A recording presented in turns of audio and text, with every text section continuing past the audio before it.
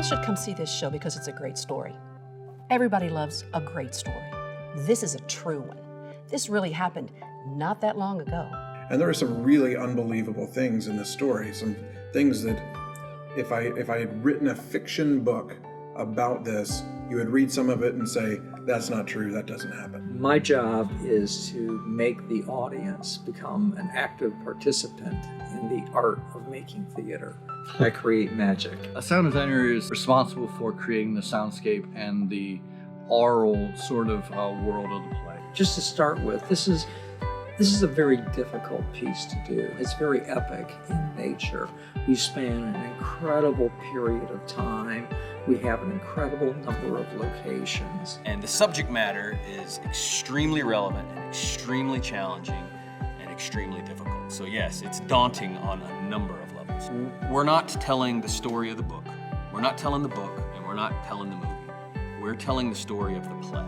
But this really happened, and these people lived through this horror, and they were that brave and that courageous. One of the things that most strikes me about the story is the incredible way in which Betsy Tinboom has this ability to forgive and to see people as people to be loved even when they are at their ugliest. It's been an emotional roller coaster. Yeah, it gets to me every time, when I think about it. The act of forgiveness that is on display in that story is kind of overwhelming. I don't know how they survived with their brains intact, much less their faith, but they did. And so it showed me that there is more to life in Christ. Part of what makes the story so powerful is that it goes through a lot of dark territory, but it doesn't end there. This story ends on a note of profound hope. The scandal of forgiveness is also the scandal of hope. What struck me was it's such an amazing and powerful story about forgiveness and Corey's journey to be able to forgive. Forgiveness is not a skill. It's a choice, and it's an act of obedience, and it's a choice that you have to continue to make. It's a journey for us. Every single day, we have to choose. Okay, today, in this moment, in this hour, I'm going to choose to forgive, to love, and definitely Corey and Betsy had to live that way in Ravensbrück. They did not know, is this the day I'm going to die? There was death all around them every moment. 96,000 women died in that camp. But they chose, minute by minute, to rely on the strength of the Lord, and that's how they got through it.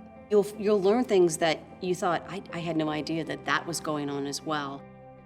And then just a strong reminder that we should never forget. We should never forget, lest history repeat itself. And I hope, as audiences leave the show, that they will go home and wrestle with the nature of this scandal of what it means to forgive somebody. We need to know the lives of the heroes that went before us so that we can be inspired to rise up like they do. That's why we all need to know this story. This past year, we did a whole legacy series of Jeanette Clifton.